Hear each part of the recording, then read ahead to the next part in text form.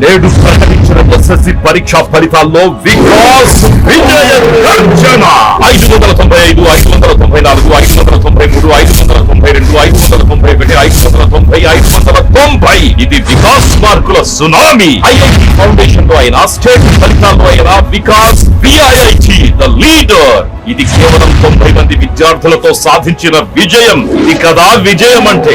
Admission జరుగుతున్నవి nursery to 10th class. VIIT the school, Subbaiah Thota, Chilakaluripet. Vikas school, Pedanandipadu road, Chilakaluripet. Our new branch Vikas school day and residential, Shyamalanagar, Guntur. Director Danda Pavan Kumar.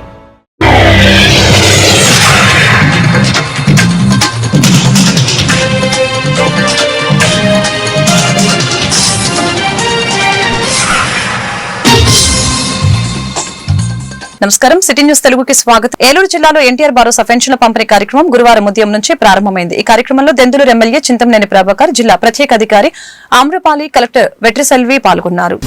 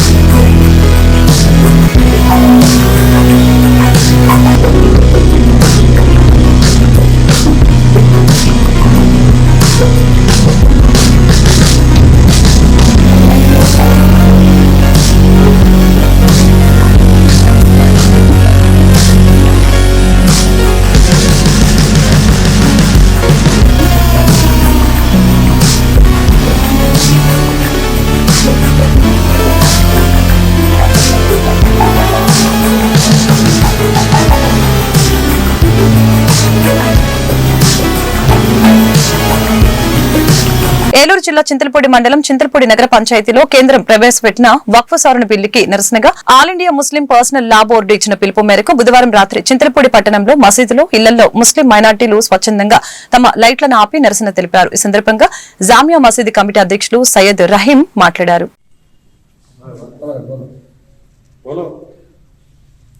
ఈ రోజు రాత్రి 9 గంటల నుండి 9 గంటల 15 నిమిషాల వరకు కేవలం ఒక్క 10 నిమిషాలు మాత్రం చీకటి నిరసన తెలియజేయవలసిందిగా ఆల్ ఇండియా ముస్లిం పర్సనల్ లా బోర్డు జాయింట్ యాక్షన్ కమిటీ వారు ఇచ్చినటువంటి సూచనల మేరకు యావత్తు భారతదేశంలో ముస్లింలు, ముస్లిమేతరులతో కలిసి ఈ చీకటి నిరసన కార్యక్రమం చేపట్టడం జరిగింది. ఈ రోజున అందులో భాగంగానే మా చింతలపూడి పట్టణంలో అన్ని ఇళ్లలో కూడా దాదాపు లైట్లు స్విచ్ ఆఫ్ చేసి చీకటి నిరసన తెలియజేయటం జరుగుతుంది. ఇందులో భాగంగానే వక్ఫ్ సవరణ బిల్లుకి నిరసనగా ఈ కార్యక్రమం ఏర్పాటు చేయటం జరిగింది. ఆ భూమికి, ఆకాశానికి ప్రభు అయిన అల్లాహ్ను మనసారా అందరి తరపున వేడుకునేది. ప్రశాంతమైన పరిపాలనలో ప్రశాంతమైన జీవితాన్ని గడిపే భాగ్యాన్ని వక్ఫ్ సవరణ బిల్లు అయితే ఏదైతే ఉందో దాన్ని సక్రమమైన రీతిలో ముస్లింలకు మైనారిటీలకు ఏ విధమైనటువంటి అన్యాయాలు జరగకుండా ఈ వక్ఫ్ బిల్లు సవరణను నిలుపుదేసే భాగ్యాన్ని అల్లాహ్ తాలా ప్రసాదించాలని మనసారా చింతలపూడి పట్టణ అంజుమన్ ముహాఫిజుల్ ఇస్లాం కమిటీ మరియు జమాతే ఇస్లామీ హింద్ చింతలపూడి పట్టణ శాఖ అలానే IYM యువకుల శాఖ నుండి హృదయపూర్వకంగా ఈ సమాచారాన్ని సమాజానికి తెలియజేస్తున్నాం.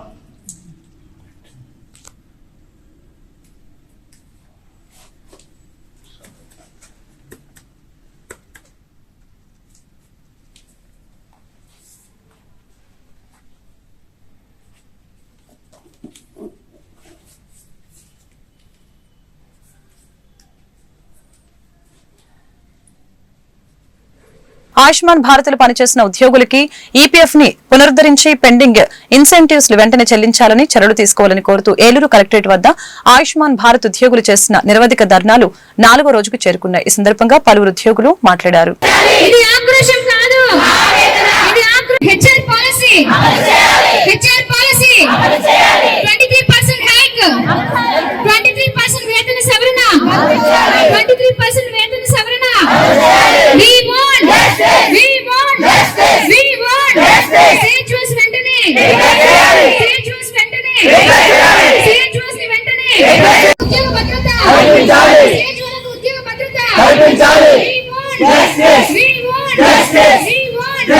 నిర్దిష్టమైన జాబ్ చార్ట్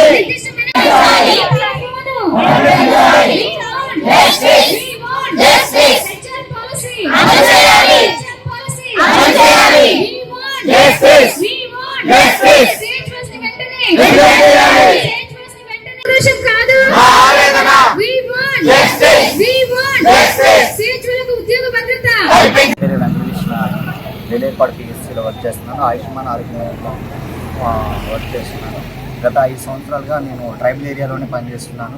ట్రైబల్ ఏరియాలో వర్క్ చేస్తున్నా నేను అక్కడ ఎటువంటి సిగ్నల్స్ లేకపోయినా కానీ ఆ వరదల్లో ఎలాంటి 24/7 అక్కడే ఉంటూ వైద్య సేవలు అందిస్తున్నాను. బట్ కనీసం మాకు ఎటువంటి కూడా ట్రైబల్ అలవెన్సెస్ కానీ FRS కూడా చాలా ప్రాబ్లం అవుతుందని మేము ఎన్నిసార్లు చెప్పినా కానీ మాకు FRS కూడా చాలా ప్రాబ్లం అవుతుంది. ఆ FRSని కూడా కొంచెం వెంటనే తీశారని మేము కోరుకున్నాము. ఆ ట్రైబల్లో ఉన్న మాకు చాలా ఇబ్బందికరంగా ఉంటుంది. అలాగే ఇన్సెంటివ్స్ అని చెప్పేసి మాకు చెప్తున్నారు, ఇన్సెంటివ్స్ ఇస్తున్నామని చెప్పేసి. ఆ ఇన్సెంటివ్స్ అనేవి అయితే మాకు ఇంతవాటికి పడ్డ హిస్టరీ అయితే లేదు. మాకు మా బ్యాంక్ అకౌంట్ స్టేట్మెంట్స్ చూసుకోవాలన్నా కానీ ప్రభుత్వం మా మీద ఇన్సెంటివ్స్ ఇస్తున్నాము, శాలరీస్ ఇస్తున్నామని చెప్తున్నారు. అసలు ఆ ఇన్సెంటివ్స్ ట్రైబల్లో మేము తీసుకున్న హిస్టరీ లేదండి. కావాలంటే మా బ్యాంక్ స్టేట్మెంట్స్ కూడా చూపిస్తాము. మాకు ఏదైనా సరే ఆ ఇన్సెంటివ్స్ తీసేసి ఆ శాలరీస్ మొత్తం కూడా ఫిక్స్డ్ పే చేసేసి వెంటనే మమ్మల్ని రెగ్యులర్ చేస్తారని మేము కోరుతున్నాం. అది కామరకోట PH ఈస్ట్ అడవల్లి గ్రామందు CHOగా వర్క్ చేస్తున్నాం. మరి గత 4 దినాలు బట్టి కూడా మేము ఈ సమ్మెలో పాల్గొనడం జరుగుతుంది. మేము ఇక్కడికి ఎందుకు అసలు వచ్చామంటే ఇంతమందిగా కూడి నిజంగా మేము ఒక పల్లెలో వైద్యం చేయాలని ప్రభుత్వం మమ్మల్ని గుర్తించినప్పటికీ కూడా ఒక పేదవాడి జోబీలోంచి డబ్బులు ఖర్చు అవ్వకూడదని ప్రభుత్వం మమ్మల్ని గుర్తించి మరి ప్రతి పల్లెలో కూడా మరి CHOలుగా మమ్మల్ని ఉంచారు. మరి మాకు తెలిసినటువంటి మేము చదువుకున్నటువంటి దాన్ని బట్టి మేము ఎంతో మందికి వైద్యం చేయడానికి ముందుకు వచ్చాం. ప్రభుత్వం కూడా మాకు అనేక విధాలుగా మరి అనేకమైనటువంటి ట్రైనింగ్లు ఇస్తూ మేము ఎటువంటి స్టాండర్డైజ్డ్ ట్రీట్మెంట్ ఇవ్వాలో కూడా మాకు నేర్పిస్తూ వచ్చింది. అంతేకాకుండా ఒక పేద వ్యక్తికి వెంటనే షుగరు బీపీలు ఎలా గుర్తించాలో, అదేవిధంగా ఒకవేళ మాకు తెలియనిది ఏదైనా ఉంటే ఈ సంజీవిని కాల్స్ ద్వారా మళ్ళీ టెలికన్సల్టేషన్ ద్వారా కూడా వాళ్ళకి వైద్యాన్ని మేము పెట్టడానికి ఇవన్నీ చేస్తూనే వస్తున్నామండి. నిజంగా మేము రిక్రూట్ చేయబడి 7వ సంవత్సరం జరుగుతుంది. ఈ 7 సంవత్సరాల్లో కూడా ఏ పని చెప్పినప్పటికీ కూడా ఎవరికి ఎదురు తిరగకుండా మా పనికి తగినట్లుగానే ఎక్కడ కూడా మేము గొడవ పడకుండా పనులు చేస్తూనే ఉన్నాము. కానీ మాకు ఒక నిర్దిష్టమైన జాబ్ చార్ట్ అనేది లేదు. మేము ఎన్నుకున్న విధానం ఒకటైతే మేము చేసేటటువంటి పనులు ఒక రీతిగా ఉన్నాయండి. మరి నిజంగా మేము రావాల్సిన వాటి కొరకు ఇక్కడికి వచ్చాము. అయితే మాకు నిజంగా 6 ఇయర్స్ దాటిన వాళ్ళకి రెగ్యులరైజేషన్ చేస్తామని మాకు ఇవ్వబడినటువంటి మరి హామీలో ఉంది. కానీ ఇంతవరకు ఆ విధానంలో కూడా ఏమీ అమలు జరగలేదు.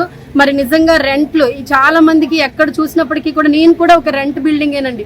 కాకపోతే మేము అందిస్తున్నటువంటి వైద్యం వల్ల అక్కడ ఉన్నటువంటి కొంతమంది మాకు ప్రోత్సాహం కల్పించి రెంట్లకి బిల్డింగ్ ఇవ్వడం, కొంతమందికి అయితే రెంట్స్ కూడా బిల్డింగ్స్ దొరికే పరిస్థితి లేదండి.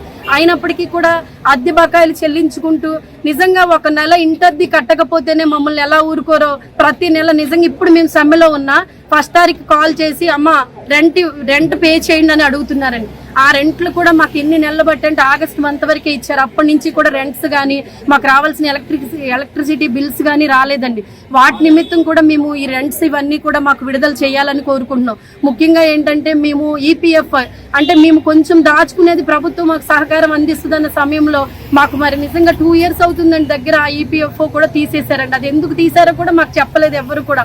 అది తీసినప్పుడు కూడా మేము ఎవరిని కలిసినా ఎటువంటి మాకు ఏ విధమైనటువంటి సహకారం దొరకలేదు. మరి ఆ ఈపీఎఫ్ఓ కూడా తిరిగి పునరుద్ధరించాలని, అంతేకాకుండా మాకు ఒక నిర్దిష్టమైనటువంటి జాబ్ చార్ట్, మా జాబ్ లో మేము ఏ రీతిగా ఉండాలో, ప్రజలకి ఎటువంటి వైద్యం మేము అందిస్తున్నాం ఆ విషయంలో కూడా మాకు సహాయం చేయాలని మేము ప్రభుత్వాన్ని కోరుకుంటున్నాం. మరి అదే విధంగా హైక్ విషయంలోనండి, మేము ఇంతవరకు జాయిన్ అయిన దగ్గర నుంచి మా శాలరీ ఎప్పుడు హైక్ చూసుకోవడానికి హైక్ అనేదే లేదండి. హైక్ లేదు కదా, డిక్రిమెంట్ అవుతా వస్తుంది. అంటే మా శాలరీ ఫస్ట్ లో మా ఇన్సెంటివ్స్ అవి కలిపి బాగానే వేసేవారు, కానీ గత 3 సంవత్సరాలు. ఈ వార్తలు ఇంతటితో సమాప్తం. మరొక బులెటిన్లో మళ్ళీ కలుద్దాం. నమస్కారం.